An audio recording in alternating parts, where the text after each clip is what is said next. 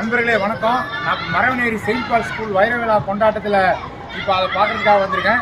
இந்த Salem Saint balls புனிதபால் மேல்நிலைப் பள்ளியை திறந்தது யாருன்னு கேட்டால் நீங்கள்லாம் பிரமிச்சு போயிடுவீங்க. சேலத்து மக்கள் பெருமைப்பட வேண்டிய விஷயம் பாருங்கள். 12/7/1968 அன்றைய முதலமைச்சர் பேரறிஞர் அண்ணா அவர்கள் திறந்து வைத்த பள்ளி செயின்ட் பால்ஸ் மேல்நிலைப் பள்ளி, புனிதபால் மேல்நிலைப் பள்ளி சேலம். அண்ணா அவர்கள் 1.5 ஆண்டு முதலமைச்சராக இருந்தார். அவர் தொடங்கிய ஒரு சில பள்ளிகளில் இன்றும் பெரிய அளவில் இருக்கக்கூடிய பள்ளி நம்ம மரவநேரி செயின்ட் பால் ஸ்கூல் தான். அதற்குரிய ஆறாவமான இந்த அரிய கல்வெட்டை தான் இப்போ நீங்கள் பார்த்துட்டு இருக்கீங்க. பாருங்கள், நம்ம அண்ணா பேரறிஞர் அண்ணா அவர்கள் அண்ணா சாலை, அண்ணா தெரு, அண்ணான்ற பேரில் இல்லாத எந்த ஊருமே கிடையாது. ஆனால் அண்ணா தொடங்கிய பள்ளி நம்ம சேலத்தில் செயின்ட் பால்ஸ் பள்ளி. அதனுடைய கல்வெட்டை தான் இப்போ பார்க்குறீங்க.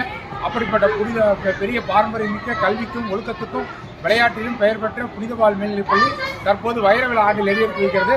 அந்த பள்ளி நிர்வாகத்திற்கு படிக்கின்ற மாணவர்களுக்கும் என்னுடைய வாழ்த்துக்களை தெரிவித்துக் கொள்கிறேன். நன்றி, வணக்கம். ஈசன் எழில் வில்லியன்.